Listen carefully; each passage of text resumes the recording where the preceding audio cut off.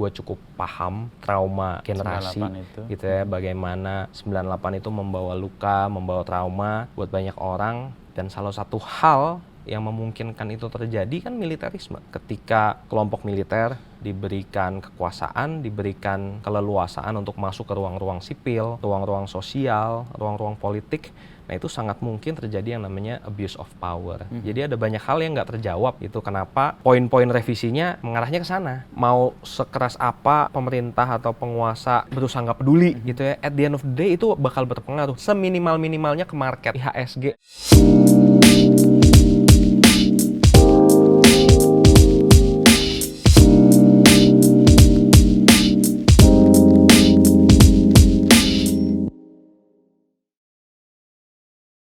Dan buku tuh kayak sesuatu yang aku nggak tahu belakangan ini di banyak tempat, mungkin risetku juga nggak terlalu luas ya, itu naik ya, rising. Geliatnya ya. Untuk komunitas-komunitas. Komunitasnya sih ya, iya, lagi terutama hidup yang banget nih.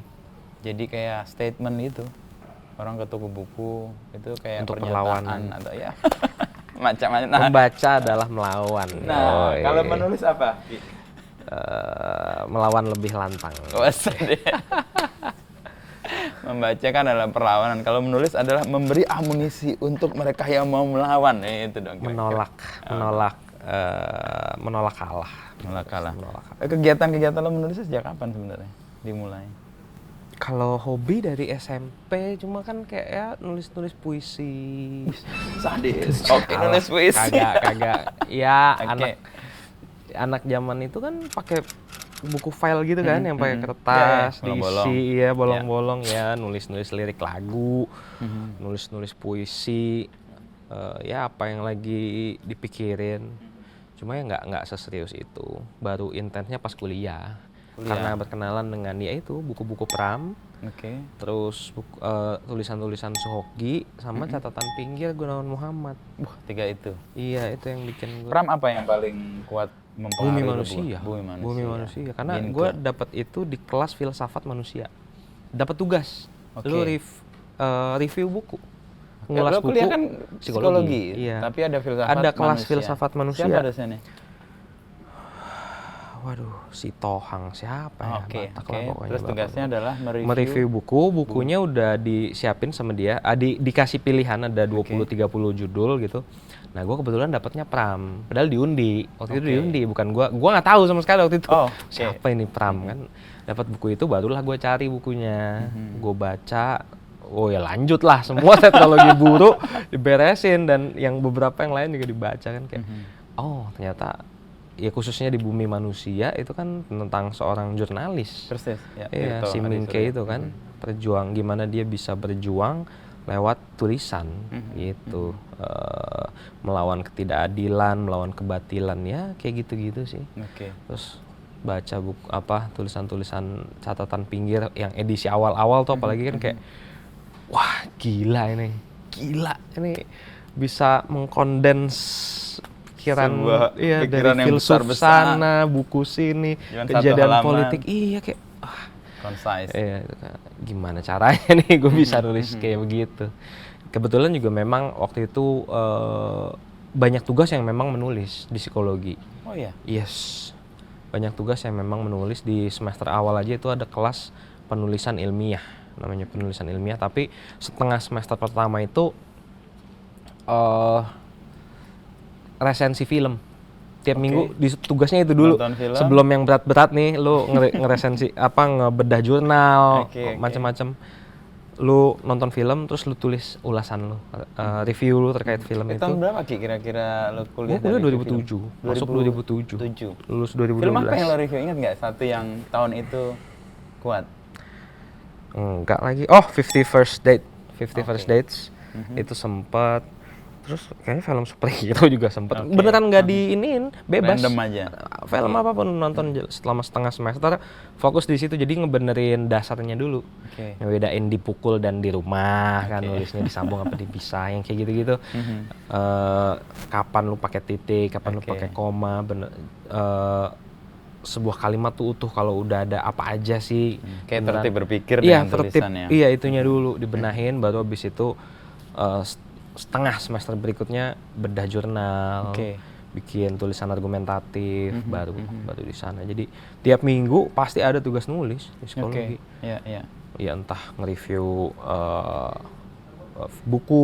buku film, ngebedah jurnal, bikin biografi orang-orang terkenal, suruh analisa pakai teori psikologi, teori kepribadian. Iya, iya. Gue kayaknya pernah bikin review soal Hitler. Ya karena kan justru mesti yang aneh-aneh kan. Iya, iya. Kira-kira kenapa dia bisa kayak Oke, gitu. iya. Jadi bacain masa lalunya, Pakai teori kepribadian. iya, kejadian-kejadian. Apa bedahnya pakai apa? Ya pakai Analitik, Freud Freud ya, ya, pakai oke. psikoanalitik, pakai humanistik, yang kayak gitu-gitu lah. Oke. Udah lupa. Terus ketemu Suhaginya? Udah 20 tahun yang lalu. Ketemu Suhagi kan Gunawan Muhammad. Terus Film sebelumnya- dong. Oh, film. Filmnya ini dong, Riri. kembaran gua dong, Nicholas Saputra dong. Dari film itu. Awalnya dari film itu, gue nggak tahu dia rilis bioskop kapan ya, tapi waktu itu pokoknya pas Film kuliah itu gue pas lagi nonton, naik. pas Iya, kuliah iya, gue iya. nonton, gue tuh lupa, coba Suhogi. Karena barengan itu kan dirilis catatan demonstrannya oleh sebenarnya kan Kepustakaan 2005 sebelum gue kuliah, tapi waktu itu gue lupa apakah pernah diputar, kebetulan di kampus gue ada komunitas pecinta film, jadi suka muter film terus diskusi, atau gue minjem DVD-nya deh kalau nggak salah, terus gue nonton terus jadi tertarik kan, wah siapa nih, baca buku-buku catatan harian seorang demonstran kayak gitu-gitu, ya berkenalannya di sana dan ya intinya bisa kayak gitu juga ya nulis ya, jadi terinspirasi lah. Dan dia naik gunung juga kan. Yes. Catatan-catatannya itu memang membuat kita ngerasa. Yang seru kan itu catatan-catatan dia pas lagi naik gunung, ompreng ke sana, jalan kaki, numpang ke warung, ngobrol sama warga, yang kayak gitu-gitu loh. Atau catatan perjalanan dia ke Amerika itu juga menarik. Ya, itu mewarnai kuliah-kuliah lo psikologi di awal ya. Ini awal pertengahan. Awal pertengahan. Awal sampai pertengahan. Lalu kan kemudian lo menyelesaikan psikologi, lalu ambil S2 juga kan? Psikologi lagi. Yes. Gue suka sama ilmunya. Suka Gua sama memang ilmunya. suka sama ilmunya. Menurut gue menarik ngebedah manusia gitu ya. Kenapa manusia begini, kenapa manusia begitu, kenapa ada manusia yang Beginu. aneh, ya kenapa ada yang beginu. Itunya menarik, khususnya psikologi sosial. Psikologi Gue sosial. memang tertarik banget. Kalau dulu di kuliah gue itu memang ada peminatan. Di 2 atau 3 semester terakhir itu ada peminatan, yang kita bisa milih. Salah satunya adalah itu, Psikologi sosial itu. Salah satu yang paling gak laku sebenarnya. Yang paling laku psikologi klinis sama industri organisasi. Ya, karena itu diserap oleh. Udah paling jelas, lu lulus mau ke Perusahaan sana, udah kemana. paling jelas gitu ya. Oke. Yang berikutnya pendidikan, itu juga masih jelas. Lumayan, Ya, pendidikan ya lu berarti di sekolah habis ini. Yang paling gak jelas memang Psikologi sosial. Lu ngapain lu lulus dari sini? Cuma dari sana justru jadi belajar kan yang sebelum-sebelumnya kita taunya bahwa intervensi manusia itu di level mikro, kan pendekatannya satu persatu gitu kan. Tapi itu apa yang terjadi pada manusia, apa yang membentuk manusia tidak akan pernah bisa dicabut dari level meso dan makronya juga, level sosialnya juga. Nah, itu yang dipelajari di psikologi sosial kan. Oke. Makanya gue tertariknya di situ, bukan yang ngasih konseling satu persatu. Iya, iya. Nggak cocok aja buat gue. Kayaknya orang ngobrol sama gue malah stres deh. Makanya psikologi sosial kayaknya kayak lebih jadi kayak organize Yap. community atau bahkan negara itu ya gede. Iya, ya itu yang sering dilupakan kan. Orang berpikir bahwa mental health itu pendekatannya selalu intervensi individu. Dia harus ke psikolog, dia harus minum obat, dia harus healing dan lain sebagainya. Tapi lu tuh nggak bakal stres kalau negara lu dikelola dengan benar. Kalau ada ruang-ruang publik, kalau transportasi umumnya benar, ya kemungkinan dan faktor stresor lu tuh berkurang loh. Kalau itunya diselesaikan, nah kan itunya yang seringkali dilupakan. Jadi psikologi sosial itu lebih kayak memberikan tanggung jawab sebuah komunitas Ya, atau melihat organisasi lebih luas. di luar bahwa tiap-tiap orang juga punya peran Yes. untuk melakukan perubahan. Kadang-kadang kita terjebak kayak gini nih Ki. Gue sering mengutip sih, tapi gue dalam hal tertentu sepakat, meskipun juga betul bahwa ada faktor sosial. Kayak Jalaluddin Rumi kan bilang kita kemarin kita cerdas, kita ingin mengubah dunia, tapi hari ini saya bijak, saya mengubah diri Iya, sendiri. ngubah Itu diri kan kayak sendiri. sama psikologi sosial bertentangan. Nah, itu gimana menjelaskannya, Ki? Oh enggak, menurut gue sih nggak bertentangan bahwa memang ada aspek-aspek yang di tataran individu yang memang harus dibenahinya. Oke. Aspek di tataran individu, lalu ada juga yang di tataran lingkungan terdekat, itu yang harus dibenahi juga. Kayak kalau kitanya udah benar, tapi keluarga kita toksik, lingkungan kerja kita toksik, itu lama-lama kan akan mempengaruhi kita juga. Iya. Kalau udah di lingkungan terdekat, ya di level yang lebih makronya juga, kebijakan, sistem pendidikan, akses ke kesehatan, yang kayak gitu-gitunya juga kan sebenarnya perlu buat diperhatikan. Kayak di sini ketika layanan psikologi sudah mulai ditanggung oleh BPJS, ya mendingan. Kalau sebelumnya kan susah Personal. banget mengakses itu. Iya. Iya, jadi ya itulah, itu juga kan peran dari UU Kesehatan Jiwa juga. Ya, jadi memang harus ada yang di tataran itu. Gitu. Tapi minat lo ke psikologi sosial, petnya di mana? Selain ini bacaan, kayak bacaan emang sosial Dosen banget sih. ya? Hah? Dosen. Dosen-dosennya kebetulan memang unik-unik. Dosen-dosen psikologi sosial waktu itu, dan sering ngasih thought provoking inilah, tugas-tugas yang thought provoking gitu. Oke, lu sekarang bikin body system sama anak jalanan. Lu harus temenan sama dia selama 1 semester. Lu harus kulik hidup dia tuh gimana. Oke. Kenapa dia milih jadi anak jalanan? Ya udah, ada yang tugasnya, oke, lu harus interview PSK. Kalau gitu lu cari PSK, lu interview kenapa dia di situ. Kira-kira intervensi apa yang bisa lu lakukan. Oke. Jadi tugas-tugas kayak gitu yang Provoking langsung banget. iya, bikin kita langsung turun gitu ke isu-isu yang menyentuh di masyarakat, yang bikin kayak, oh ya bener juga nih, isunya kompleks nih. Konseling doang nggak akan nyelesain ini semua kan, ada hal-hal lain yang harus dipikirkan. Jadi itu sih ada sejumlah dosen-dosen yang memang ya progresif lah, katakanlah progresif, dan memperkenalkan kita dengan isu-isu itu, mulai dari isu narkoba, penyalahgunaan narkoba, isu bullying, isu anak jalanan, pekerja seks komersil, penggusuran, semua isu-isu itu jadi terpapar bahwa ada hal lain di luar sana, di luar ruang konseling yang harus dipikirkan. Itu yang bikin gue lebih berminat ke psikologi sosial. Makanya pas S2 pun, kebetulan kampus gue waktu itu baru buka juga, gue kayak angkatan ke-3 apa ke-4, psikologi, intercultural psychology. Intercultural Ya, psikologi temu budaya. Jadi gimana kita ngebedah berbagai isu dari sudut pandang yang sedikit lebih besar nih budayanya. Gitu. Kenapa bisa terjadi konflik antara dua kelompok yang berbeda? Ya mereka perspektif dan memahami dunianya beda, world view-nya aja berbeda. Gimana? Kalau nggak dicari jembatannya, common ground-nya, ya susah gitu. Itu sih. Wah, psikologi sosial mempertobatkan Oki dari ruang konseling nih. Tapi lo kan ambil juga dapat apa? Fellowship atau yang Franseda? Ya, sempat. Jadi pas gua S2, Itu tengah-tengah S2. tengah-tengah S2. Studi atau research?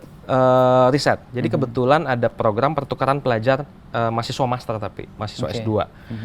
Itu kerjasamanya, yang buat itu namanya Franseda Foundation.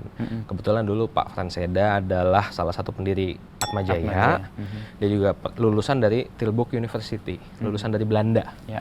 Gitu ya. Nah, ketika Pak Franseda meninggal, dibuatlah yayasannya. Foundation itu. Ya, salah satu inisiatif yang dilakukan, kita harus build bridges nih. Kita harus membangun jembatan, jangan sampai terputus. Selepas meninggalnya Pak Franseda, bikin jembatan antara Indonesia dengan Belanda. Salah satunya dengan pertukaran pelajar itu. Jadi tiap tahun ada 3 pelajar Indonesia yang ke sana, 3 pelajar sana yang ke sini. Gitu. Dan yang mereka exchange, mereka melakukan riset, ya terus nanti di akhir bahas risetnya apa, temuannya apa, ya intinya biar sama-sama icip-icip lah.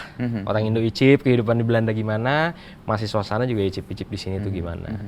Itu kebanyakan yang apply dari, sebenarnya nggak terbatas, cuma karena ya lingkupnya di Atmajaya dan UI. Karena anaknya Pak Franseda ngajar, setahu gue, di UI. Mbak Eri. Ya, Bu Eri Seda. Jadi pengajar di sana, jadi ya mungkin nyebarin infonya kebanyakan di Atma dan di UI. Gitu. Belajar apa lo di sana setelah icip-icip? Belajar itu? jalan-jalan. Banyak main-mainnya. Enggak. Gue sebenarnya building foundation untuk tesis gue. Building foundation untuk tesis gue. Tadinya gue berniat untuk melakukan riset perbedaan entrepreneurship antara orang di Indonesia dengan orang di Belanda. Oke. Awalnya mau bikin ke riset situ. soal itu, makanya gue mau studi literaturnya di sana dan lain sebagainya. Tapi ternyata udah pernah ada Yang membuat. penelitian soal itu, dan ketika ngobrol sama profesor di sana juga dia bilang kayaknya nggak relevan amat juga lu neliti ini. Gimana lu neliti fokus di Indonesia aja, lu bandingkan antar etnis. Oh, nggak harus antar Iya, negara jangan dan ngapain beda lu bandingin, benua. iya kan konteksnya juga nggak banyak kan. Akhirnya ya dipikir-pikir, ya bener juga. Akhirnya ya gue benahin studi kerangka Teorinya. risetnya, kerangka teorinya itu di Belanda, dapat tuntunan dari profesor itu, dibenahin lah teori-teori yang tadinya mau gue pakai, dibilang ini udah nggak cocok lagi, nggak coba update. lu pakai yang ini, yang kayak gitu-gitu. Kita sering diskusi, gue disuruh cari-cari buku di perpus sana. Nah pas balik gue udah tinggal ambil data, analisis udah beres gitu. Jadi Tetap lebih sama sih. mengkomparasikan tapi antar etnis di Jadinya antar etnis di ya, Indonesia. entrepreneur juga. Entrepreneurship. Oke. Jadi makna kewirausahaan bagi etnis Jawa, etnis Tionghoa dan Padang waktu itu. Oh, Itu. menarik tuh. Karena berdasarkan studi riset yang memiliki jiwa-jiwa entrepreneurship Tionghoa dan Padang. Dan Jawa kan yang paling banyak. Dan banyak program-program pemerintah soal entrepreneurship itu kan kayak magic pill, satu kebijakan ini buat semua. Padahal beda-beda. Jangan beda-beda nih memandang kewirausahaan. Ada yang emang itu strategi bertahan hidup, ada yang jangan-jangan ya Memang bisnis gitu ya. pilihan juga, gaya hidup aja. Kayak kalau yang gue dapat dari studi gue, kebanyakan orang Jawa berbisnis, berwirausaha itu masih tetap megang nilai nerimo. Itunya masih tetap aja, jadi nggak ngoyo. Betul. Ketika Itu dagang tuh gua nggak banyak ngoyo. nemui, ya. Iya, kita nemu bahwa ya udah kalau laku ya bagus, kalau hari nggak, ini nggak ya laku mungkin ya nggak. udah. Jadi work life balance banget di situnya nemu. Itu compare dengan yang pengusaha Cina sama pengusaha Padang beda. Semuanya berbeda. Kalau di Padang yang sangat kental itu ajaran agamanya, ajaran Islamnya, dan juga tradisi merantau. Ya, itu Tradisi kuat banget merantau. Jadi itu. memang lu ini strategi bertahan hidup, lu berwirausaha, karena ya Kalau enggak lo akan iya, lu mau ngapain lagi di tempat orang gitu kan. Ya salah satu yang bisa dilakukan adalah bertahan hidup. Tapi satu hal yang gue temukan amazing juga dari orang-orang Padang adalah keinginan mereka untuk tetap give back ke community-nya, tetap membangun kampung halamannya itu tetap ada.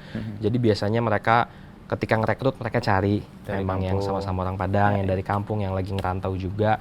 Terus ketika sukses pun mereka ya bangun sekolah atau buka cabang di sana, atau ya melakukan sesuatu lah ke kampung halamannya. Nah kalau Tionghoa beda lagi, itu kan mereka udah mendarah daging. Jadi Sebagai entrepreneurship tuh mendarah daging. Ada value-nya. kalau ada banyak dari Jawa yang mungkin baru lulus terus kepikiran untuk berwirausaha, ketemu dengan saudara yang berwirausaha. Nah kalau dari komunitas Tionghoa itu dari kecil lu udah diajak jaga Udah toko, DNA-nya kayaknya. udah dikasih tahu, iya udah DNA-nya beneran. Jadi kayak lu tumbuh besar dengan ngelihat ini adalah salah satu opsi yang paling make sense untuk dilakukan, karena orang tua lu mungkin generasi sebelumnya juga udah berwirausaha. dan juga opsi yang lain kan agak ditutup sebelum Ya, itunya generasi juga, itu. betul. Kayak Karena agak kan lebih politis. yes, perjalanan sejarah juga kan membuat banyak opsi-opsi itu ditutup, sehingga satu-satunya yang paling masuk akal dan aksesibel ya jadi pedagang. Dagang. Tapi ketika banyak yang jadi pedagang lalu hidupnya sukses, salah lagi kan? Nih aseng. Nah, teman-teman lo itu kan mempengaruhi juga kan pola kemudian berpikir dan sebagainya, juga studimu. Dan akhirnya kan lo terjun menjadi, sekarang gue mengenal lo, kita ketemu udah ini ketiga. Iya. Pertama ketemu di Instagram sering banget. Kedua lo lihat gue di perempatan Nusa Iya, Loka, itu lu lagi Akhirnya abis nganter anak. Ternyata kita ketemu. rumah kita nggak jauh. Kedua kita ketemu di kedai Kopi. kopi pagi-pagi. Nah, gue kenal lo kan sebagai penulis yang full memberikan energi di situ, dan itu kayak jadi apa ya, gue ngeliat ini gila total banget nih sih. Oke. Masa sih? Gue ngerasa gitu karena Oh ya? menyiapkan tulisan dengan sangat concise di platform yang orang punya perhatian demikian singkat itu nggak gampang loh. Dan gue mengalami, ini mungkin komplimen buat lo juga, gue ngerasa baca itu tuh asik. Dan akhirnya thank you. waktu yang gue spend di medsos menjadi lebih panjang jadinya. Karena gue baca, ya salah satunya tulisan. Di mana atau momen mana kemudian lo ngerasa ini harus gue jadikan tempat untuk ya tadi menulis adalah memberi amunisi untuk orang yang membaca adalah pelawan. Ya sebenarnya sih awalnya ya nggak sampai sejauh itu sih. Oke. Awalnya nggak sampai sejauh itu, memang gue hobi nulis, emang ya, suka SMP nulis tadi. dari SMP udah mulai suka, SMA juga kadang-kadang nulis, bahkan pernah suatu ketika di kelas bahasa Indonesia pas SMA mendatangkan penulis. Waktu itu Vira Basuki. Oke. Kita datangkan ke SMA gua. Nah, terus waktu itu Vira Basuki nanya, "Siapa di sini yang suka nulis?" Terus orang-orang pada nunjuk gua pada waktu itu. Padahal ya gua nggak nulis buku, nggak apa ya, hobi aja, nyoret-nyoret gitu ya. Ya, jadi memang dari SMP, SMA sudah ada kesukaan untuk menulis, tapi lebih intens nulisnya pas kuliah. Yang tadi Pada saat kuliah, dengan berkenalan dengan karya-karya Pramudia, Gunawan Muhammad, Suhoki, gue belajar bahwa menulis tuh nggak cuma melontarkan pikiran lo aja, tapi bisa ada dampak yang lebih besar daripada itu. Lu bahkan bisa mengubah sesuatu, bisa mencerdaskan orang gitu. Jadi memang arah ke sana atau mimpinya ya mungkin udah ada dari sejak kuliah. Cuma kan ya nggak akan langsung sampai ke titik sana gitu kan ya. Jadi cuma sesekali menulis, seiring selepas kuliah pun masih tetap suka nulis, tapi ya nggak seintens itu. Mungkin satu pengalaman yang cukup berdampak itu justru pas udah dikit lagi lulus gitu ya. Yang S2 atau S1? S1. Pas S1 dikit lagi lulus, gue udah ngeliat, gue ngebaca, gue emang suka baca Kompas, ada satu tulisan dari mahasiswa waktu itu di harian Kompas. Gue nggak pernah nemu di opini. Di kolom opini, gue nggak pernah nemu kan. Ada mahasiswa nulis di opini. Waktu itu gue masih inget banget, sampai sekarang masih kontakan sama penulisnya itu, Mas Herlianto. Sekarang jadi dosen filsafat. Aku lupa di Jawa Timur kalau nggak salah. Waktu itu menulis tentang pergerakan mahasiswa. Vakumnya pergerakan mahasiswa pada tahun itu 2012-an. Dan gue berpikir, wah ini keren banget ada mahasiswa bisa nulis di Kompas yang biasanya guru besar, duta besar, pejabat gitu ya. Tapi ada hal yang gue kurang setuju sama si Herlianto. Dan sebagai mahasiswa waktu itu gue berpikir, kayaknya gue juga perlu nulis deh. Menantang diri sendiri. Momen itu yang buat mendorong. Gue iseng, gue mau nanggepin tulisannya Herlianto ini dari perspektif yang berbeda. Masih soal pergerakan mahasiswa juga. Gue iseng nulis, gue kirim ke Kompas. Itu pertama kali tuh iseng kirim tulisan Kompas.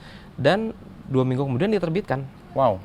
Yap, 2 minggu kemudian diterbitkan. Ajaib, gue tahu soalnya jagain opini itu. Itu dia kan kayak ketat. Wow. Apa yang lo tidak setuju dari Herlianto itu? Dia menganggap bahwa ya pergerakan mahasiswa saat ini lagi vakum banget dan sudah mulai kehilangan gairahnya, dan kita harus selalu mengambil posisi berseberangan dengan pemerintah. Kalau yang gua nggak salah tangkap ya. Khususnya waktu itu memang dia membahas tentang kejadian mahasiswa yang bakar diri Sondang. Aku lupa nama lengkapnya, tapi belum lama. Itu peristiwa yang memicu tulisan itu. Peristiwa yang juga memicu tulisannya Herlianto. Ya terus aku lebih ngambil perspektif bahwa ya kan sebenarnya ini juga bukan salah mahasiswanya doang loh. Ada banyak kebijakan NKK-BKK, pasca reformasi dan lain sebagainya yang membatasi ruang gerak dan juga aktivitas buat mahasiswa. Di sebagian kampus juga mahasiswa ngumpul aja udah susah. Nggak ada ruangan buat berkumpul, nggak ada kantin buat saling ini kan, dan terus mereka dituntut buat lulus cepat dan lain sebagainya. Jadi jangan semuanya ditumpahkan kesalahannya itu ke mahasiswa. Oh ini udah pendekatan sosial nih. Sosial. Udah ke sana. Dan juga bukankah lebih baik kalau pendekatannya itu waktu itu gue gunakan triple helix collaboration antara akademisi, juga mahasiswa, swasta dan pemerintah gitu kan. Kenapa harus selalu saling berseberangan kalau bisa melakukan kolaborasi yang produktif? Itu sih poin tulisan gue saat itu. 2 minggu dimuat. Dan dimuat. Dan yang ngasih selamat bukan teman-teman gue, dosen. Pasti kan yang baca dosen. Karena dosen itu ngerasa, gila nih anak udah bahas, gue aja mungkin belum gitu kan. Itu dia. Jadi di situ yang wah, menulis ada berdampak juga ya ternyata tulisan gue juga jelek-jelek amat ya. Ya jadi ya kadang ngirim, kadang ditolak, tapi kadang diterima juga gitu ya. Sama harian Kompas. Tapi waktu itu gue nggak bekerja di bidang tulis menulis, nggak bekerja di media, sehingga ya nulis cuma di waktu senggang, Paling waktu itu di Facebook, nulis di status Facebook tuh. Panjang tuh. Ya, kalau misalnya lagi ada isu-isu apa, kadang Lo tanggapin bahas. di situ. Tapi ya sesekali aja lah, nggak seintens itu sampai pandemi. Karena gue waktu itu fokus ngembangin bisnis, kuliah S2, terus habis itu ngembangin bisnis. Iya, soalnya tesisnya juga soal bisnis kan. Iya, tentang nggak proven berwirausaha. lo kalau nggak mau Nah, berusaha. jadi selesai bikin tesis tentang kewirausahaan, gue mulai berwirausaha juga. Oke, wirausaha apa? Gitu, di bidang Ya, teknologi. teknologi, oke. Di bidang teknologi, iya gue fokus di situ sampai Pandemi. datanglah pandemi. 2020. Sampai datang pandemi 2020, lokasi usaha gue ditutup. Kan gedung semua saat itu Iya, ditutup kan. Selama 2-3 bulan lah ya, terus habis itu berangsur-angsur boleh buka tapi terbatas. Karena tempat usaha ditutup, gue bingung ngapain di rumah. Yang tadinya fokus ngurusin itu Usaha. bisnis, jadi ya di rumah doang kan waktu itu nggak bisa ngapa-ngapain. Gue pikir udahlah, daripada kagak ngapa-ngapain nulis lagi aja. Lebih sering nulis waktu itu. Dan waktu itu yang sebelumnya nulis di Facebook, nulis di blog, gue pikir kayaknya sekarang udah nggak ada orang buka blog dah. Oke. Ya, gue sendiri juga berefleksi, gue lebih banyak menghabiskan waktu di Instagram, di media sosial, Twitter Twitter. dan Instagram pada waktu itu kan. Ya udah, gue lebih banyak aktif di dua itu aja, di Twitter dan juga di Instagram. Meskipun sempat minder juga kan, Instagram foto ya harusnya ya. Platform sharing, foto sharing platform kan sharing platform. harusnya. Cuma gue udah mulai, ada yang udah memulai juga kok sharing-sharing tulisan di teks, iya pakai teks di Instagram. Ya udahlah, coba aja. Jadi ya mulainya dari situ, dan ternyata ada yang mengapresiasi, ada yang merasa terbantu, ada yang sering-sering dong nulis gitu. Ya mungkin mereka juga nggak ada kerjaan di rumah, ngapain kan. Jadi wah, ada tulisan nih, jadi ada kerjaan gitu kan. Atau suaranya dilantangkan juga dengan tulisan-tulisan. Mungkin ada yang merasa, iya ya, gue salah satu yang bikin gue semangat nulis ya ketika ya lu nyuarain apa yang mau gue suarain, cuma gue nggak tahu gimana cara nulisnya gitu. Ya udah, jadi mulai sejak pandemi gue lebih intens, lebih sering berbagi tulisan lewat sosial media, dan itu terus terbawa sampai hari ini. Gitu. Dan lo kan juga bertumbuh di situ kan, yang tadinya free, lalu kemudian ada model subscription ya untuk ya betul. para itu follower semua ya. uji coba aja, trial and error, bereksperimen. Karena gue juga mengakui gue juga bukan orang yang nggak paham banget gitu ya soal teknologi. Jadi ada fitur apa coba, ada fitur apa coba, gitu sih. Mencoba apa ya istilahnya, kan gue suka ngajar juga, gue suka berbagi juga soal tulis menulis, soal jadi konten kreator, soal sosial media. Gimana caranya gue ngajarin orang kalau gue sendiri nggak coba. Betul, gitu nggak kan. walk the talk ya. Iya, nggak Ngomong-ngomong doang. Betul. Kan Nggak ada bukti atau. salah satu kendalanya adalah ketika jadi kreator konten adalah memonetisasi, ya kan. Gimana caranya lu survive? Kalau misalnya mau full time Jadi sebagai content penulis creator, atau gitu. sebagai kreator konten gitu ya. Kalau gue, I'm privileged enough untuk nggak bergantung dari situ. Karena kan gue punya usaha sendiri juga, jadi gue nggak harus dapat duit full. Gua Dari situ. Iya, dari situ. I'm not Itu a kayak full time. kegembiraan aja yang Yes. kemudian lo rawat ya. Yep, betul. Penyaluran hobi, passion aja, passion project aja di situ. Cuma gue juga sadar ada banyak orang yang nggak punya privilege itu. Jadi mereka juga ingin Full jadi di situ. full time content creator. Gimana caranya? Nah ya, jadi gue cobalah berbagai hal. Ada yang bikin produk digital, entah lu bikin ebook, lu bikin kursus digital, atau lu bikin template atau apa itu ya, pokoknya yang bisa dijual. Gue mencoba itu.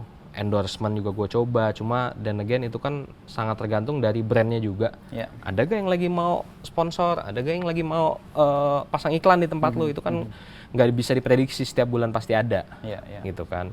Jadi it's not, itu bukan satu pilihan yang paling bijak juga kalau menurut gue ya, kecuali memang lu udah ada kontrak dengan brand-brand tertentu yang setiap bulan pasti ada. Bisa diandalkan lah. Yes. Gitu. Nah yang memang setahun belakangan lagi mulai rame adalah creator support. Sebenarnya yang paling awal melakukan ini kan YouTube ya. YouTube dengan AdSense mereka.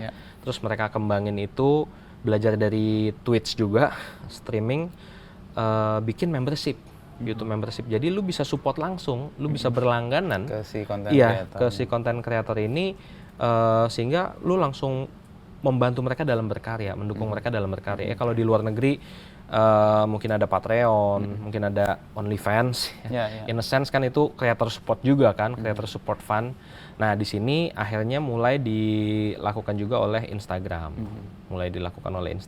X juga melakukan sejak Elon Musk kan ada revenue sharing tuh. Kalau lu premium nanti muncul iklan-iklan di bawah tweet lu gitu ya, lu dapat pemasukan juga dari sana. Jadi memang ke depan arahnya kurasa akan ke sana. Jadi belajar juga soal itu, cobain juga bikinnya. Ya ternyata memang tidak semudah itu untuk ngejalanin si. Tapi lu punya privilege bahwa punya bidang pekerjaan yang secara rutin atau bisa diandalkan untuk kehidupan lu, sementara ini eksperimen yang gembira aja. Kalau eksperimen gembira aja. Ada efek bisnisnya, itu efek aja, bukan betul. Intensinya nggak di situ sebenarnya. Sampai sekarang gue tidak menjadikan itu jadi penulis dan kreator konten adalah full time job sampai sekarang, karena ya bereksperimen aja. Oke. Tadi lo kan nyebut kayak rasa kalau dalam bahasa yang lebih simpel mungkin ada panggilan bahwa lo harus menulis supaya bisa punya dampak ke orang lain. Nah, apa yang menjadi kecemasan lo, mimpi lo, atau kedukaan lo, atau ketidaknyamanan Oki gitu terhadap topik-topik yang kemudian Oki pilih sendiri? Kan banyak kan politik dan kayaknya sangat frontal nih dan berani banget itu. Kenapa menurut gue ini nih suara yang mau gue lantangkan sudah ada yang menggunakan, makanya kita tinggal restory aja atau save atau share ke orang lain. Apa Ki mimpi, harapan, dan kecemasan sendiri tentang? Sebenarnya ketika gue menulis itu ada dua arah ya, antara yang memang keresahan itu datangnya internal, yang memang gue rasakan sendiri. Hal-hal yang tidak sejalan dengan prinsip, yang tidak sejalan dengan value, yang gue merasa ini harusnya nggak begini nih, idealisme pribadi. Tapi kadang juga gue melakukan yang namanya social listening. Apa sih yang jadi keresahan dari orang-orang di sekitar, dari netizen, dari teman-teman yang mungkin mereka mau menyuarakan ini tapi nggak tahu gimana caranya. Nah itu yang kadang juga membuat gue menulis soal berbagai isu, gitu ya kan. Banyak yang bilang lu kalau jadi kreator konten, lu kalau jadi influencer, lu harus milih niche lu tuh di mana, gitu. Apa bidang yang lu bahas? Gua nggak melakukan itu, gitu ya. Jadi apa yang lagi gua mau bahas, gua bahas. Kadang gua bahas bisnis, kadang gua bahas politik, kadang gua bahas sosial, kadang gua bahas psikologi, kadang gua bahas relationship. Lu kalau lihat tulisan gua itu random, super random. Tiba-tiba film. Iya, kadang bahas buku, kadang bahas film. Jadi apapun yang memang gua pengen nulis, jadi keresahan ya gua tulis, gitu. Jadi kalau gue pribadi, value-value yang memang paling banyak menimbulkan keresahan dan akhirnya gue tulis itu nggak jauh-jauh dari Pancasila sebenarnya. Tentang kemanusiaan, tentang demokrasi, tentang keadilan sosial, tentang persatuan Indonesia. Nggak jauh-jauh dari situ, kecuali sila pertama aja. Karena gue tidak seberiman itu. Ya topik-topik yang sebenarnya emang jadi concern para pendiri bangsa ini ya. Yang sampai sekarang kan belum ada yang beres kan di bidang-bidang itu. Kemanusiaan yang adil dan beradab aja enggak, gimana mau adil? Itu kan. Lalu tadi kan juga menyebut soal keresahan dengan social listening. Berarti lu melakukan riset untuk topik-topik yang akan lo bahas. Nggak sampai yang riset terstruktur, sistematis tapi kan pasti lo melakukan upaya untuk dari kolom komentar, orang-orang yang komen di tempat gue, dari DM yang gue terima, juga dari algoritma. Ketika gue buka Instagram, apa sih nih yang lagi muncul berita-berita apa, terus gue baca kolom komentarnya, apa sih yang belum terjawab. Misalnya lagi ada isu soal korupsi Pertamina, waktu itu lagi banyak isu soal itu. Tapi di kolom komentar banyak orang bingung, ini sebenarnya ada oplosan apa enggak sih? Sebenarnya siapa sih yang diuntungkan, yang bla bla bla bla. Banyak hal yang belum terjawab, yang gue rasa mungkin gue bisa ngasih informasi, refleksi yang mungkin membantu. Ya udah, akhirnya gue bahas soal itu. Gitu. Topik terakhir kan lo soal dui fungsi ya? Revisi UTNI. Nah itu risetnya gimana, dan kemudian lo menyuarakan sebuah analogi yang buat banyak orang langsung kena tuh. Oh iya nih. Gimana Ki? Kalau risetnya gimana, kebetulan ya karena lumayan lama aktif di media sosial, jadi banyak berjejaring juga lah, berkenalan dengan teman-teman aktivis, dengan teman-teman jurnalis, dengan teman-teman akademisi yang juga punya concern yang mirip-mirip lah, nggak jauh-jauh. Ada irisannya lah ya. Ya, termasuk soal ini. Jadi gue banyak baca dari bijak demokrasi, dari Think Policy, mereka melakukan analisa soal ini, bahas dari Kontras juga mengeluarkan yang kemarin demo postingan, betul. Lalu dari Bu Bivitri Susanti itu juga banyak membahas soal ini dan juga ngikutin juga proses yang terjadi. Ini kan sesuatu yang secara proses juga banyak yang dilewati kan, dibuat dengan sangat terburu-buru, sangat dipaksakan gitu, nggak masuk prolegnas sebelumnya, tapi tiba-tiba akhir Februari masuk sebelum Lebaran besok nih rencananya diketok palu kan, 20 Maret. Jadi ya ada banyak kejanggalan, ada banyak hal yang belum terjawab, ada banyak proses-proses yang harusnya partisipasi publiknya lebih ada lagi, karena berdasarkan undang-undang, pembentukan undang-undang, meaningful participation itu harus ada. Dan ini yang dilewati atau diabaikan lah ya. Diabaikan ya, kalau nggak digedor-gedor di hotel ya mungkin beneran nggak ada ruang untuk itu kan. Baru setelah itu diundang. Ada juga yang udah diundang, udah nyampe gedung DPR nggak boleh masuk. Itu ada juga loh. Kelompok masyarakat sipil yang seperti itu. Jadi memang ada banyak keresahan sih soal itu, dan gue sendiri juga kan berasal dari kelompok minoritas, ya kan, yang salah satu paling terdampak pada saat 98. Jadi ya gue cukup paham trauma generasi gitu ya, bagaimana 98 itu membawa luka, membawa trauma buat banyak orang, dan salah satu hal yang memungkinkan itu terjadi kan militerisme. Ya, ketika kelompok militer diberikan kekuasaan, diberikan keleluasaan untuk masuk ke ruang-ruang sipil, ruang-ruang sosial, ruang-ruang politik, nah itu sangat mungkin terjadi yang namanya abuse of power. Jadi ada banyak hal yang nggak terjawab. Itu kenapa poin-poin revisinya mengarahnya ke sana. Gitu. Seolah-olah kita nggak ingat perjalanan yang dulu kita lalui. Dan ini kan, ini bukan dui fungsi ABRI, ya kan banyak yang bilang seperti itu. Ini udah bukan, udah nggak ada ABRI kan, bahkan udah pisah TNI dengan polisi gitu kan, udah pisah juga. Jadi ya kayaknya kita harus read between the lines juga kan, kita harus bisa read beyond the text juga, meskipun sudah bukan dui fungsi ABRI, tapi kan esensinya perluasan kewenangan mereka di luar hal-hal militer, di luar pertahanan negara, itu kan yang harus kita hindari, itu yang harus kita khawatirkan. Apalagi lucunya ya, gue sempat baca juga, nonton pada saat Pak Menteri Pertahanan itu ke DPR menjelaskan kenapa sih ini harus perlu direvisi. Itu nggak nyambung loh antara latar belakang, antara masalahnya dengan solusi. Di latar belakang dibilang kondisi global, geopolitik, adanya ancaman-ancaman asimetris, perang siber, dan lain sebagainya. Solusinya diperluas nih, militer-militer ini bisa memimpin lembaga-lembaga yang tadinya nggak boleh diisi oleh militer. Kan agak nggak nyambung. Lalu usia pensiunnya juga direvisi, diperpanjang. Yang tadinya 55 untuk bintara, lalu 58 untuk perwira dimundurkan kan, jadi di atas 60 masih tetap bisa.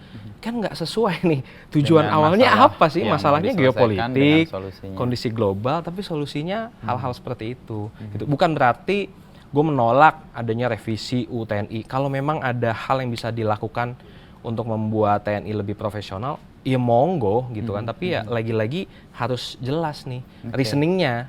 Gitu loh, masalahnya apa, kita kaji, alternatif solusinya apa, mana yang paling baik, ya udah itu yang dilakukan. Itu kan kayak nggak ada alternatif, tinggal lo pilih ini. Iya, tiba-tiba udah ada. Terima atau enggak. Jadi ya banyak lah kekeliruan berpikir yang harus kita benahi di situ. Nah, lu kan membaca banyak hal, fenomena juga berjejaring, lalu kemudian menyarikan, oh ini duduk perkaranya kayak gini. Lalu kemudian lu membahasakan itu dan memberi analogi-analogi dengan referensi-referensi yang kemudian bisa masuk. Itu prosesnya gimana, Ki? Lu kan buat ibarat, kalau gua nggak salah itu yang sabuk pengaman ya? Iya. Itu gimana ketemu itu dan kemudian orang pengaman. Oh iya ya. Gimana Ki? Sebenarnya tadi gue rada galau tuh mau pakai Pakai analogi itu. yang mana. Jadi akhirnya gue pakai analogi sabuk pengaman kan, bahwa Dulu ada masa kita nggak pakai sabuk pengaman. Dan ya fine-fine kan? aja dulu kayaknya. Dia Malah keren. rasa fine-fine aja gitu kan. Sampai studi dan sejarah menunjukkan bahwa kalau pakai sabuk pengaman ini lebih baik loh buat semua orang. Akhirnya ya udah kita adopsi aturan itu. Fatality-nya berkurang. Fatality-nya berkurang tuh. Tetap ada kecelakaan, tetap ada yang meninggal, tapi kan berkurang. Nah, setelah itu tiba-tiba ada anak muda yang nggak tahu sejarahnya. Dia bilang, gua nggak suka nih pakai sabuk pengaman.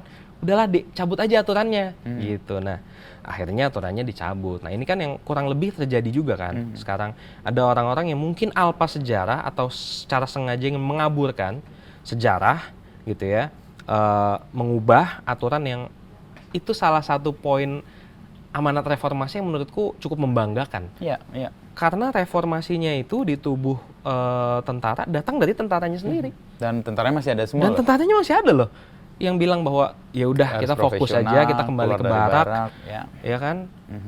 Masih ada orang-orangnya gitu loh masih. Jadi dibilang nggak tahu sejarah nggak mungkin lah, gitu kan? Jadi sepertinya usaha untuk mengaburkan sejarah, gitu ya.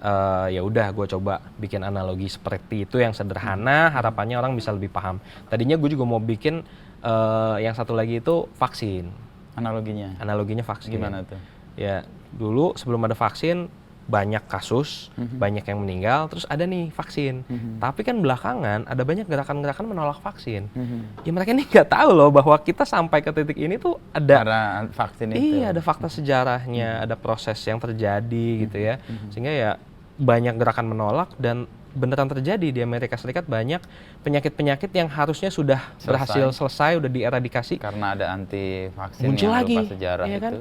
Berbagai penyakit-penyakit itu. Jadi ya kurang lebih kan esensinya sama dengan revisi UTNI saat ini. Nah, tulisan-tulisan lo itu kan sebenarnya punya resiko ya. Setidaknya kan karena kelantanganmu dan pilihan diksinya.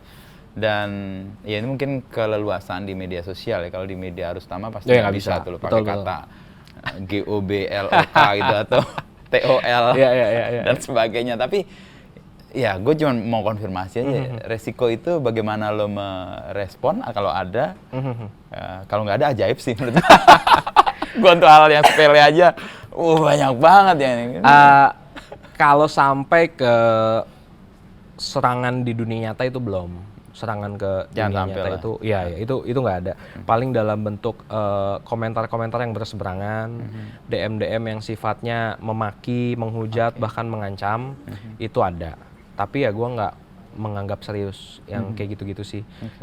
Kebanyakan juga dilakukan pakai akun-akun bodong dan yang lo seperti tahu itu, bahwa ini yang ya udahlah ini mungkin ada operasi politik di baliknya atau ya emang orang nggak suka aja ya. Kecuali dia pakai akun pribadi gitu ya, lu berani ngancem, nah gue mungkin bakal terusin nih ancamannya. Oke, yuk kita ketemuan aja. Gitu, itu mungkin akan gue lakukan. Cuma selama merekanya juga masih pakai akun bodong, ya gue nggak terlalu menganggap itu hal yang perlu diperhatikan sih. Gitu. Jadi ya biasa aja bermedia sosial. Ya gue sendiri juga mencoba untuk meminimalisir risiko-risiko dampaknya, misalnya dengan nggak nyebarin hoax. Ya, apa yang lo sampaikan adalah sebuah fakta, beneran harus ada fakta dan datanya nih. Makanya gitu lo baca, ya itu cara gue melindungi diri. Gitu ya, jangan sampai gue nyebarin hoax, nyebarin misinformasi, gitu ya, atau memfitnah orang. Jadi koruptor lu, padahal dia nggak ada bukti dia melakukan korupsi. Nah itu gue udah pasti salah. Gue bisa kena UU ITE dan lain sebagainya. Jadi ya ada juga hal-hal preventif yang gue lakukan. Cuma kalau masih ada yang lolos-lolos hal-hal kecil, ya udahlah resiko aja. Gitu. Dalam hal ini sebenarnya lo berkontribusi positif loh. Oh ya? Iya dong. Karena kalau kita lihat ini malah sebenarnya gue agak miris dengan banyak media, so-called media yang sebenarnya tidak serapi dan tidak tertib apa yang lo lakukan, melakukan riset, memastikan bahwa fakta yang lo dapat itu berdasarkan sesuatu yang bisa dipertanggungjawabkan, sehingga itu jadi pijakan argumentasinya, dan argumentasinya bisa lo debat dengan orang lain karena clear kan. Seringkali banyak ya so-called media atau media-media yang ngaku sebagai media padahal enggak, itu kan malah justru menyebarkan hal-hal yang entah ketidakbenaran atau sengaja mereka menyebar itu untuk kepentingan yang lain. Itu kan salah satu yang kita prihatinkan di era-era baru-baru ini nih. 5 tahun terakhir lah itu kerasa banget. Kurasa ada banyak faktor ya. Pertama ya memang tujuan mereka mendapatkan views sebanyak-banyaknya, mendapat dengan membuat kontroversi, dengan membuat berita-berita yang sensasional, gitu ya. Sedangkan aku memang tujuannya bukan itu. Tujuannya bukan bikin hal yang bombastis gitu, enggak. Itu cuma hook yang kadang aku gunakan gitu ya buat bikin orang menoleh nih, baca nih. Betul. Udah, Kalau itu that's sih it.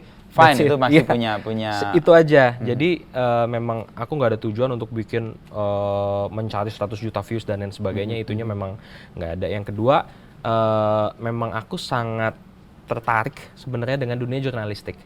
Gitu. Bahkan dulu sempat ikut kursus jurnalisme di Yayasan Pantau juga. Oke, Mas Andreas Harsono. Oke, Betul. itu salah satu bacaan zaman kuliah juga. tuh Iya, gua. makanya cukup terpapar juga Jurnalistik. dengan karya-karya Bill Kovac gitu ya, The Element of Journalism dan lain sebagainya. Jadi cukup tahu lah gimana sih caranya jurnalistik itu kerja jurnalistik itu terjadi. Ada loh proses disiplin verifikasi, ada lo harus berimbang dan lain sebagainya. Iya, itu jadi gue beruntung cukup terpapar dengan hal-hal seperti itu dan itu yang menjadi standar gue juga gitu, bahwa the gold standard, jangan sampai gue menyimpang dari hal-hal itu. Jadi makanya gue kenal pertama lu, gue ini wartawan mana ya? Serius gue pertama. Karena metode yang lo pakai untuk mengungkap sebuah argumentasi itu metode jurnalistik banget. Ada risetnya, ada observasinya lo ngeliat, atau paling nggak observasi di social listening tadi. Yang terakhir lo kan menggunakan metode juga interview atau bertanya atau ketemu dengan orang-orang untuk klarifikasi, konfirmasi sama verifikasi, Pak. Sebenarnya itu semua mirip-mirip dengan kuliah psikologi loh. Serius? Yes, dengan psikologi? scientific reasoning. Proses Proses reasoning, ilmiah. bagaimana mendapat Untuk kita bisa alasan-alasan mencapai ilmiah. kesimpulan, ya kita harus bertanya dulu, hipotesanya dulu apa, terus kita klarifikasi dulu, Betul. kita telaah dulu, kita cari datanya dulu, dan nanti kita cuma bisa mengambil kesimpulan sesuai datanya. Ya, nggak boleh kan? nyimpang. Ya kalau Nggak datanya lompat. bilang kita salah, ya udah kita nggak boleh bilangnya sebaliknya kan. Jadi sebenarnya ada banyak kemiripan antara kuliah psikologi dan juga kerja-kerja jurnalistik gitu ya. Dan dulu ketika sebelum masuk psikologi, gue nggak tahu tuh bahwa psikologi itu seketat itu untuk menjaga, ya metode ilmiahnya itu beneran lu harus belajar statistik, observasi, wawancara dan lain sebagainya gitu ya. Karena perjuangan psikologi diakui sebagai ilmu itu juga panjang. Karena sebelumnya kan apa sih lu belajar Dianggap klinik manusia? atau- Iya kan? Gimana cara ngebuktiinnya? Kuantifikasinya ya, Kuantifikasinya. setidaknya untuk Makanya dibuatlah metode yang metode-metode ketat. ilmiah yang ketat. Bahkan EPA bikin standar penulisan gitu kan untuk bikin penulisan ilmiah, mengutip itu gimana dan lain sebagainya. Supaya apa? Supaya ini adalah sebuah ilmu pengetahuan yang bisa direplikasi. Riset-risetnya itu bisa direplikasi, bukan cuma ahli nujum gitu ya, lo nebak-nebak doang, tapi ini riset ada sahih hal yang gitu. bisa diuji kemudian Betul, oleh itu sih. peneliti berikutnya. Iya, ya mirip lah dengan pendekatan jurnalistik kan, lo harus ngecek dulu ke lapangan, ada disiplin verifikasi, lo harus berimbang, jangan cuma Satu pihak aja. iya, dari satu pihak aja gitu. Jadi ya I enjoy the process lah, mirip-mirip. Tapi dulu gua waktu belajar filsafat juga senang psikologi. Setidaknya belajar Jung, lalu Freud. Ya, Jung, Freud lah setidaknya, karena itu Maslow. jadi fase Maslow. Fase di mana kita bisa menganalisa manusia dengan lebih menarik kan? dan clear. Oh, begini ternyata. Iya. Dan fungsional buat gua, berguna banget waktu ini jadi cerita gue. Jadi dulu gue awalnya kerja jadi wartawan tuh, wartawan namanya relax.com. Oke. Itu sebelum gue ke Kompas pasti. Itu 1 tahun kurang lebih. Sama Lembu Wiworojati. Oke. Dia bagian product designer, aku di content production. Jadi tugasku tuh di entertainment dan sport. Oke. Dua itu. Tapi ada tugas tambahan namanya startup kan. Wah, dapat kerjaan tambahan apa? Ini kayaknya banyak orang suka dengan astrologi. Lo bikin. Lo kenapa? Lo kan kuliah filsafat. Dikira filsafat tuh klinik gitu kan dan sebagainya. Oke, tapi gue kemudian lihat, ada basis psikologinya. Gue belajar 1 semester dan gue baca betul itu. Psikoanalisisnya Freud untuk memahami mimpi, memahami simbol-simbol. Itu gue pakai buat agak-agak ilmiah. Dan ternyata rame. Iya, karena orang kan selalu mencari hal-hal seperti itu kan. Makanya dari dulu sampai sekarang ya itu susah lah untuk dihilangkan, meskipun juga. Iya, meskipun kalau dibilang basis ilmiahnya ya sangat bisa dipertanyakan gitu ya, astrologi dan lain sebagainya. Bahkan kalau menggunakan standar ilmiah saat ini banyak temuan-temuan Freud juga yang sekarang dipertanyakan loh. Ya, ya. Karena sangat subjektif gitu ya dan sulit untuk direplikasi. Itu pendekatan-pendekatan yang dulu dia lakukan, ya riset-risetnya dan juga banyak isu-isu etis gitu ya pada saat dia melakukan interview ya analisisnya juga ya banyak yang dipertanyakan kembali lah gitu. Jadi ya tapi itu bagian dari perkembangan zaman ya, perkembangan ilmu pengetahuan yang makin kesini kan makin banyak tools, makin banyak alat, makin banyak teknologi yang memungkinkan yang zaman dulu mana ada. Gitu kan, jadi ya wajar lah. Ya artinya dia di era itu memang sangat roket lah ya dan bisa diterima. Pada saat itu bisa diterima. Sekarang dikritik ya wajar. Itu kekerenan ilmu pengetahuan sebenarnya. Mereka punya metode buat self-correcting lah. Gitu. Nggak jadi dogma juga kan. Betul. Nah lu sendiri membaca itu, lu menyediakan waktu khusus dan sekarang gue lihat kalau di story lu kan bukunya anjir nih. Itu belum semuanya dibaca juga, jadi biasanya gitu. Kita punya koleksi jauh lebih besar dari kemampuan kita membaca. Pasti, makanya gue menghindari mampir ke toko buku nih, mohon maaf. Karena pasti beli kan. Waktunya nggak cukup buat baca semua itu. Kadang dikirimin sama penulisnya. Kebetulan ada beberapa temen yang juga bikin buku. Tolong dong baca buku gue, review dong buku gue yang kayak gitu-gitu ada.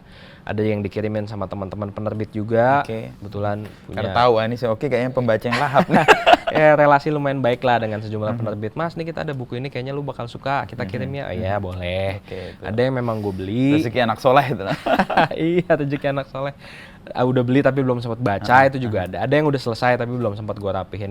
Yang ada di foto itu cuma yang belum sempat gue masukin lemari lah intinya. Masih nongkrong di. Ya, masih nongkrong di dekat meja kerja di situ.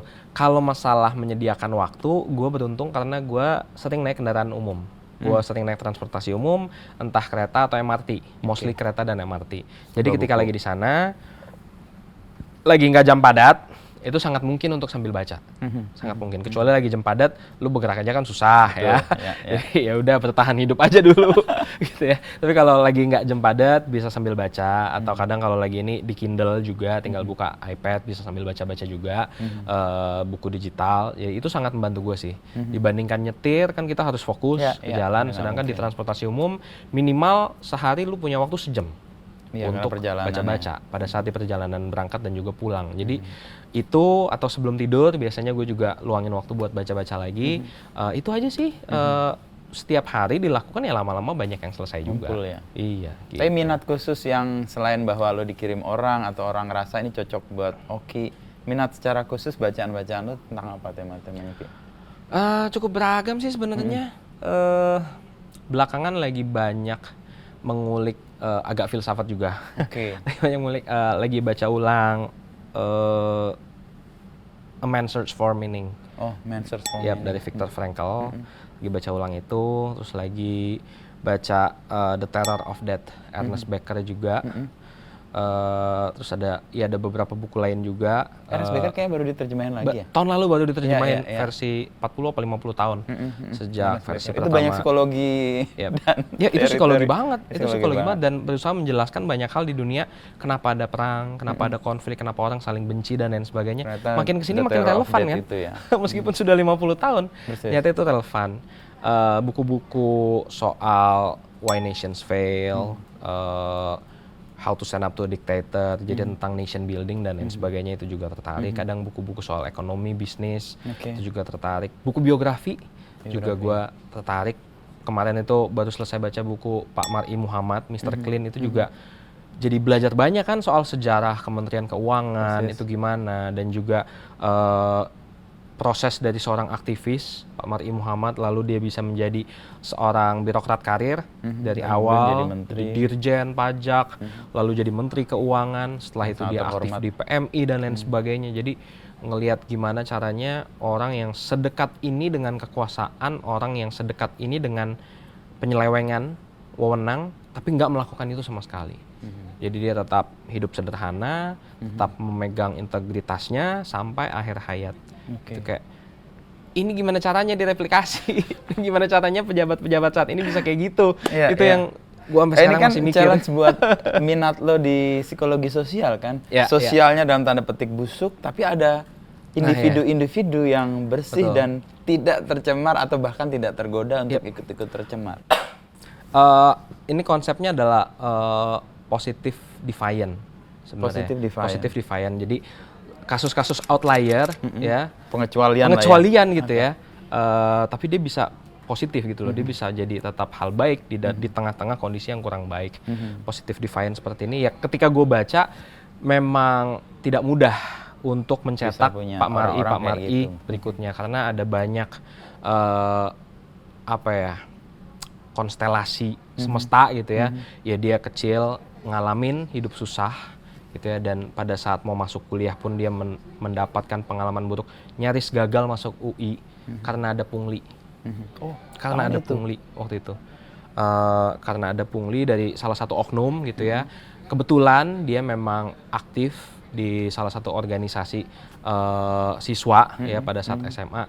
Ya ada yang bisa membantu untuk melawan itu, dan akhirnya dia bisa masuk walaupun dia berasal dari keluarga yang kurang mampu gitu. Terus ajaran agamanya juga sangat kuat, dan juga memang dia terus memupuk relasi dengan teman-teman aktivis, teman-teman yang bisa mengingatkan, yang bisa ngasih masukan ketika dia sudah ada lagi kurang benar gitu ya. Jadi itu yang susah kan sekarang. Sekarang kan orang berpikir ketika masuk ke politik, ya udahlah gue harus play by the rules dulu nih.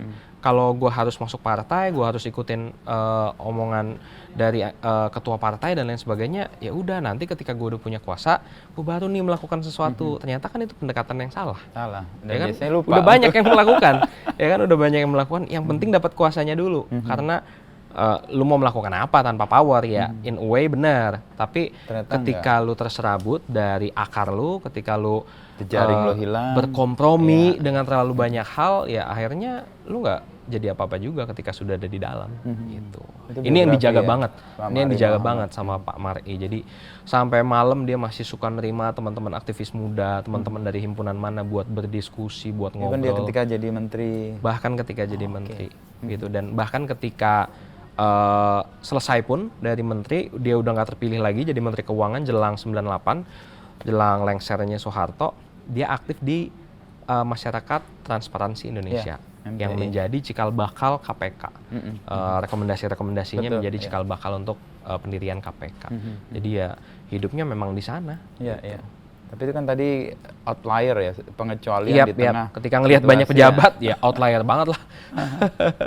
Nah, proses lo mendapatkan insight dari biografi ini kan kemudian mengkonfirmasi pengetahuan atau rumpun ilmu yang lo udah punya, dan ternyata itu juga mengkoreksi atau setidaknya memberikan, oh ada ya ternyata yang di tengah situasi atau social condition yang sedemikian jelek, tapi dia bisa tetap bersinar. Tapi kan faktornya banyak banget tadi. Faktornya banyak banget. Dan nggak semua orang yang punya peluang di situ punya faktor sedemikian banyak dan kuat itu. Dan sangat uncompromising sih, sangat uncompromising orangnya, dan itu yang sulit untuk ditemui karena orang-orang yang seperti itu seringkali juga memang tersisih dari awal, itu kan hari-hari ini. Jadi waktu itu Pak Mar'i bisa tetap menanjak sampai atas. Menurut gue juga salut sama Orbanya sih sebenarnya ya. Memberi ruang buat dia tetap naik. Dan pada masa Orba bukan cuma Pak Mar'i kan sebenarnya. Orang-orang yang memang punya kemampuan, punya integritas itu beneran kepake loh hari-hari itu sama Pak Harto gitu ya. Kalau trennya sekarang kan nggak seperti itu. Syarat pertama yang harus dilakukan, lu mendukung gua apa enggak? Itu dulu. Bukan lu bisa kerja apa enggak. Itu kan mungkin sekarang jadi syarat keberapa. Dan kan kita tahu ada musisi disuruh mimpin perusahaan film. Apa hubungannya? Oh ternyata dia pernah bikin video klip gitu ya. Ternyata dia bikin video klip untuk Bapak Presiden. Gitu. Jadi itu ada pergeseran lah. Jadi kalau di zaman dulu meritokrasi sedikit-sedikit masih ada. Itu sekarang sudah makin tergeser, makin susah. Agak suram berarti kita melihat. Atau gelap? Agak kayak baju lu gelap. Tapi gue pakai hitam bukan karena gelap. Apa tuh? Gue belajar banyak dari Ibu Sumarsi. Oke. Ibu Sumarsi kan anaknya di Atmajaya juga. Betul. Wawan. Dan gue kalau nggak salah pernah bersinggungan meskipun nggak saling kenal. Oh ya? Karena di era itu kan. Gue juga kuliah, lalu suatu kali gue liputan Ibu Sumarsi yang aksi Kamisan. Nah ini kesalahan fatal gue sebagai wartawan. Makanya gue sekarang menjadi sangat tertib untuk meminta reporter, editor untuk menggunakan metode jurnalistik yang benar supaya tidak ada kekeliruan seperti yang gue lakukan secara konyol. Apa sih yang lo lakukan? Jadi gini, suatu Kamis gue ikut liputan Ibu Sumarsih itu liputan mungkin aksi Kamisan ke-400 atau 500 sekian. Gue ikut dari LBH jalan. Sebagai metode gue melakukan observasi dengan data. Sebelumnya gue riset, pasti dong ini aksi Kamisan keberapa dan dilakukan oleh siapa aja, tokohnya siapa aja, nanti gue akan wawancara siapa. Gue udah di kepala gue semua tuh. Oke, gue risetnya dapet, observasinya dapet. Gue interview juga, interview banyak hal, tokoh-tokohnya yang tadinya gue wawancara, satu kelewatan. Nggak gue klarifikasi, nggak gue konfirmasi kenapa mereka pakai baju hitam dan payung hitam. Gue hanya mengandalkan pemahaman gue tentang hitam sebagai nilai kultural gue. Kalau pakai baju hitam itu tanda duka. Dan itu gue tulis besoknya, duka di depan istana. Dan Bu Sumarsih telepon, Mas Inu, itu bukan duka, kami sudah tidak berduka lagi, kami sudah tidak menangis lagi dan tidak bersedih. Gue merasa wah salah nih gue parah, ada satu karena nggak melakukan klarifikasi. Lalu apa Bu hitam itu? Dan dari situlah kemudian gue mungkin sampai sekarang gue selalu pakai baju hitam setidaknya di hari Kamis. Karena Bu Sumarsih bilang Kamis itu adalah tanda keteguhan kami untuk menuntut tanggung jawab negara yang telah membuat para korban ini melakukan aksi sejauh ini. Wah, habis itu gue koreksi di artikel berikutnya sebagai tanda bahwa itu ada kesalahan.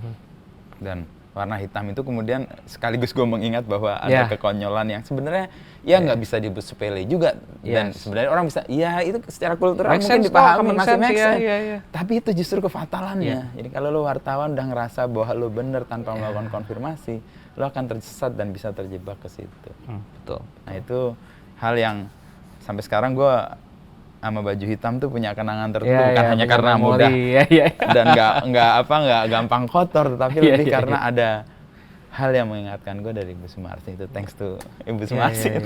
Ini besok juga bertepatan dengan ketok palu RUU TNI dan Kamisan. Jadi mungkin akan ramai besok Kamisan. Iya, tapi ya kita nggak tahu apakah apa yang diupayakan dan disuarakan oleh teman-teman itu akan didengar atau tidak atau dituruti. Karena ya nggak tahu, pengalaman di 98 ini kan kayak momen dimana penguatan, dan ini menurut gue bagus untuk sebuah negara ya, kalau lo ngomong soal psikologi ada konsolidasi gerakan. Ada konsolidasi, ada kekuatan yang bisa mengimbangi kekuatan yang sangat dominan. Dan itu kan nggak bisa sekali jadi lalu terwujud kan. Ya ada tahapannya. Syukur-syukur di tengah perjalanan itu ada negosiasi yang menguat sehingga tidak meledak di ujung 98 itu. Semoga sih. Feeling gue sih ya konsolidasi demokrasinya di civil society pelan-pelan. Ya gue juga melihat harapannya di situ sih. Sejak tahun lalu Agustus peringatan darurat. Jadi sudah mulai ada kesadaran 2019 yang RUU. KPK sudah pelemahan Cipta KPK, kerja, itu kan Cipta Kerja, jadi muncul. Sudah mulai ada kesadaran kembali untuk turun ke jalan, untuk berjejaring, untuk lantang menyuarakan sesuatu. Dan kadang berhasil kan? Kadang berhasil, kayak peringatan darurat. Persis. Kan akhirnya mereka tidak melanjutkan usaha-usaha untuk itu kan. Untuk tidak patuh pada putusan MK. Dan juga berapa kali kan, meskipun nggak semuanya sampai turun ke jalan, kayak PPN 12%. Karena kita berisik. Karena kita terkonsolidasi. Ya menurutku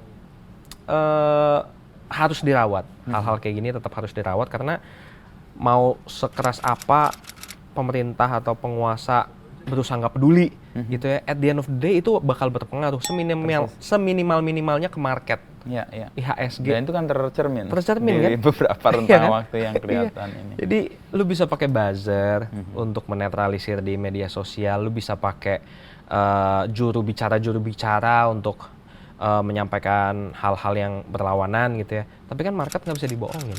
Pada akhirnya kepercayaan itu tergerus dan itu tercermin gitu. Dan kalau kembali ke opini yang lo pertama sebut untuk merevisi aksi mahasiswa dari tulisan Mas Herlianto, itu kan yang Triple helix. triple helix itu kan. Artinya Yep, yep. kekuatan dari negara, kekuatan dari civil society dan akademisi dalam hal ini mahasiswa. Sekarang kan. udah jadi pentahelix kalau gua nggak Pentahelix. salah ya. Iya, karena Udah ada jadi 5. media, Yap, ada pers juga di situ. ada hal yang sebenarnya punya ruang dan punya peran, harusnya sih nggak alergi dengan semua ini. Malah justru kan kalau dalam posisi kita punya kekuasaan atau hal yang sederhana lah, kalau kita memimpin perusahaan, ada yang vokal di tempat gue pelihara.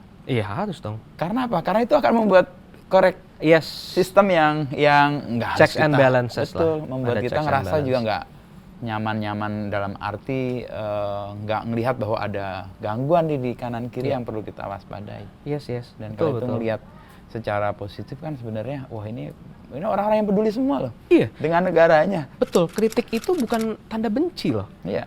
Justru karena dia cinta, Karena peduli, punya harapan. karena cinta. Kalau udah sama sekali nggak peduli, gue bakal apatis. Gue bakal ya suka-suka lu lah, lu mau ngapain? Gue tinggal kabur, gue tinggal pergi ke tempat lain gitu kan. Tapi karena kita mengkritik, Kita karena ingin ada perbaikan, kita ingin ada ada punya perbaikan. harapan. Karena kita masih punya harapan dan kita masih cinta sama negeri ini, makanya kita mengkritik gitu.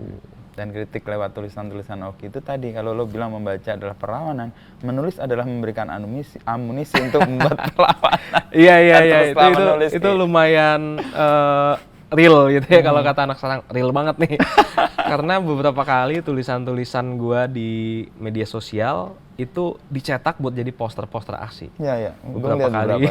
Kayak, wah, sebuah kehormatan gitu ya buat gua ketika gua menuangkan pikiran, perasaan, ternyata itu beresonansi dan dicetak, dijadikan poster untuk aksi juga. Jadi ya kalau bisa jadi amunisi untuk perlawanan ya gue sih dengan senang hati menjaga itu dan memberikan itu. Ya. Gitu. Dalam hal ini lo melakukan sesuatu yang di media juga struggling soal menjadi relevan.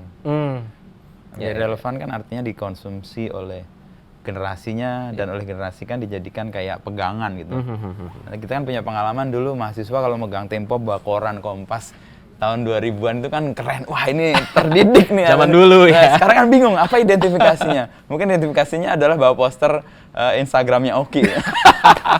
Enggak lah. Iya, tapi bener sih.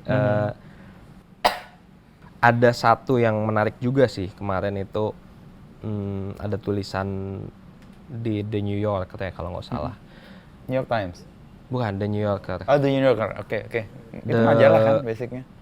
The Babel era of American politics. The Babel era of American politics. Jadi ya kisah Babel ya, kita tahu ya kalau misalnya orang yang mungkin berasal Kristiani, umat Kristiani tahu dengan kisah mendirikan menara Babel yang sangat tinggi, ingin ya mencapai surga gitu ya. Karena bayangannya surga di atas. Iya, bayangannya surga di atas, tapi kan terus gagal, runtuh. Kenapa? Karena surganya ternyata nggak ada. Gua nggak mau ke situ.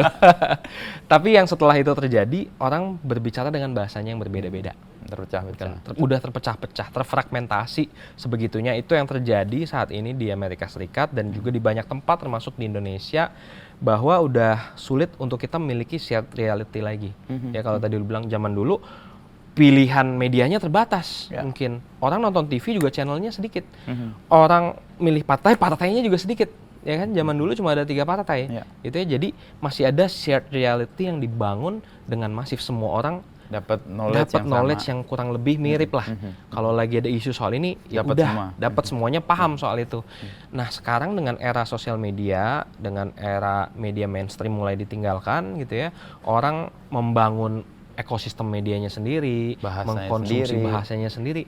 Jadi agak susah tuh sebenarnya untuk kita punya shared reality yang sama lagi, bahwa ini lagi ada keresahan soal ini gitu ya.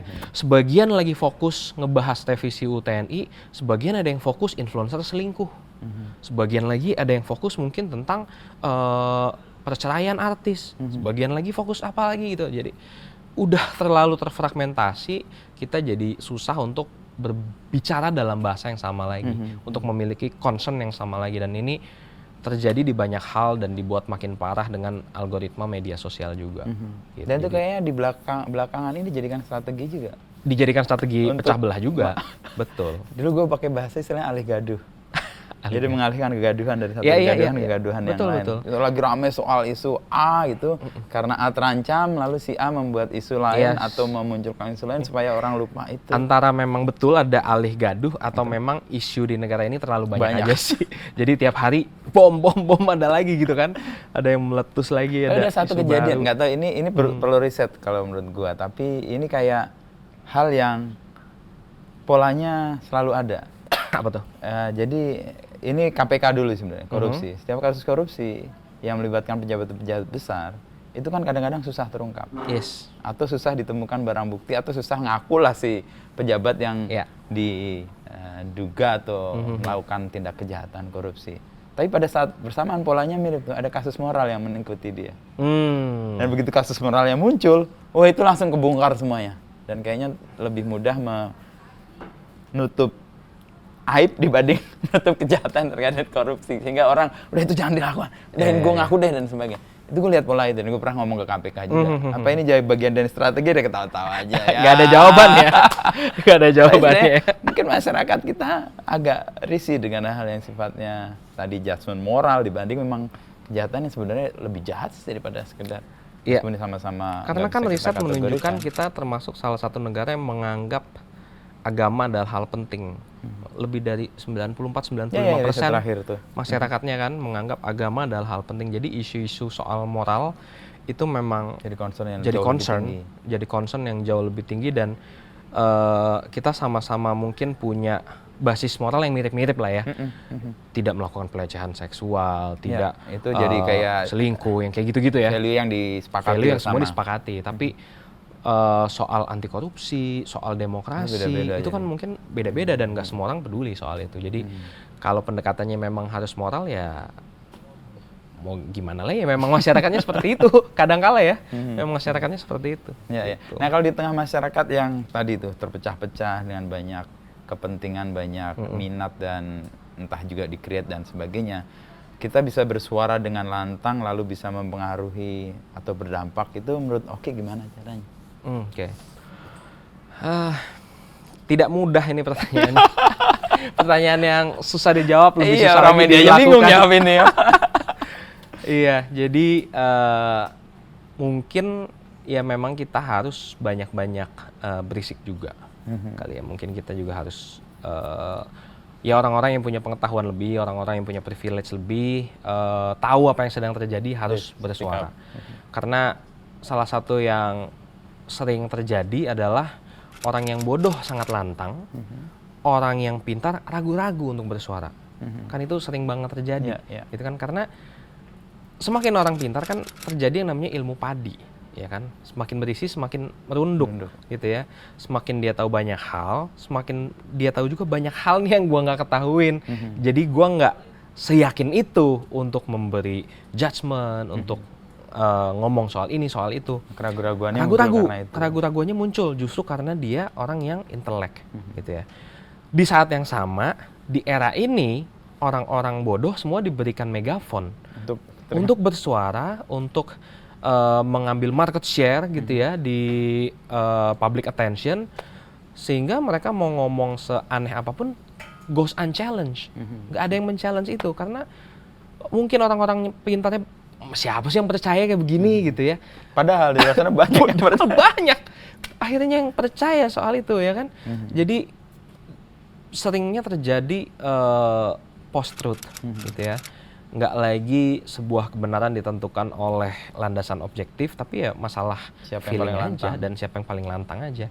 Jadi ya salah satu hal yang memang gue coba untuk rawat kemauan dan keberanian buat berbicara, buat berisik dulu aja, gitu loh. Jangan cuma diam, jangan cuma tunduk dan patuh. Oh ya, kata pemerintah begini, udah ikutin aja. Oh kata polisi begini, udah ikutin aja. Gua rasa itu kontraproduktif juga. Jadi gua sangat demen ngeracunin orang-orang yang gua tahu punya kapasitas, punya untuk kompetensi. Misalnya dia dokter, ayolah ngomongin soal kesehatan. Misalnya dia adalah jurnalis, ya lebih banyak ngomong. Misalnya dia aktivis ya dan lain sebagainya, atau dosen gitu ya. Ya lu lebih banyak bersuara, orang-orang kayak lu nih yang dibutuhkan gitu ya. Jadi itu sih yang pertama banget harus dilakukan. Yang kedua, memang orang-orang warasnya ini harus berjejaring sih menurutku.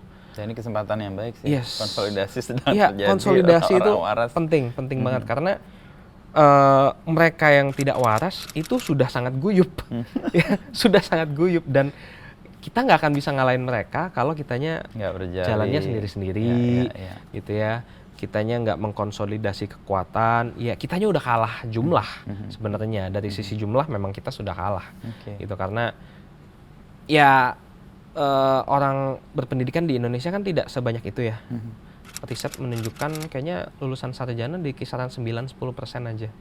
Dari Lulusan ada apalagi yang populasi ya. lebih tinggi dibandingkan populasi, gitu ya. Jadi memang challenge-nya berat, gitu. Tapi bukan berarti nggak bisa. Kayak aku yakin ada teori yang bilang bahwa critical mass itu sebenarnya cukup 3,5% aja Oke, dari untuk membawa populasi perubahan. untuk menjadi lokomotif perubahan. Selama critical mass 3,5%-nya ini lantang, bersuara, mau ambil peran, mau turun ke jalan dan berjejaring, itu yang paling penting.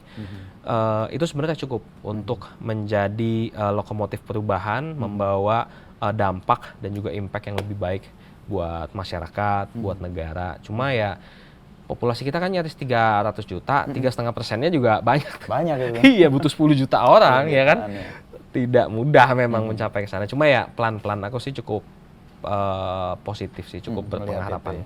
Ngelihat karena ketika diundang ke acara-acara diskusi anak-anak muda di berbagai daerah gitu ya, nggak cuma di Jakarta, itu ada mereka membentuk simpul-simpul gerakannya sendiri, mereka lagi berjejaring, mereka mau belajar, jadi cukup menumbuhkan harapan sih sebenarnya. Cuma memang ini bukan sesuatu yang akan terjadi dalam semalam. Memang prosesnya pasti panjang. Betul. Untuk mencapai konsolidasi gerakan ini. Ya, Roma tidak dibangun dalam semalam, katanya. Nah, betul. Apalagi konsolidasi demokrasi di Indonesia yang susah. tercerai-berai. Betul. Cuma kurasa akan ada momennya, itu terjadi. Akan ada momentum di mana itu terjadi. Karena kemarin, beberapa hari lalu di Serbia, warganya turun ke lapangan ke jalan korupsi, karena ya. ada terjadi kecelakaan ya, ada sebuah tragedi yang ditengarai karena korupsi, gitu ya. Orang berbondong-bondong turun ke jalan, diperkirakan 300.000 sampai 1 juta penduduk turun ke jalan. Padahal populasi mereka cuma 6 juta. Bayangin. Jadi kayak, what, bisa 1 juta orang sampai turun ke jalan karena ada shared reality yang terbangun, ada momentumnya gitu ya, dan itu nggak mungkin baru terjadi sekali. Iya, pasti ya. ada fase-fase pasti udah sebelumnya. banyak kejadian-kejadian sebelumnya yang ya akhirnya udah nyantol di kepala banyak masyarakat, dan ketika ada momentum ya itu terjadi. Gitu. Oke. Terus berisik, berjejaring untuk membuat orang-orang yang punya tadi critical mass itu menjadi gerbong perubahan. Betul. Atau pembawa suluh kalau api itu, sehingga ini loh arahnya ke sini. Yes, betul. Gitu, Ki. Thank you, Ki, ya. Siap, sama-sama. Mulai dari bacaan-bacaan, dan kemudian bacaanmu ternyata jadi roh yang kemudian mengisi tulisan-tulisanmu dengan tema-tema ya sosial, kritik, lalu juga gerakan. Itu kan jadi momen, dan tadi bumi manusia, jurnalis, dan pola menulismu udah pola jurnalistik. Iya kan, gue berusaha belajar menjadi Mingke. Wah, Mingke, kita sudah melawan sehormat-hormatnya, sebaik-baiknya. Sebaik-baiknya. Ya, itu sih. Thank you, Ki, ya. Sama-sama.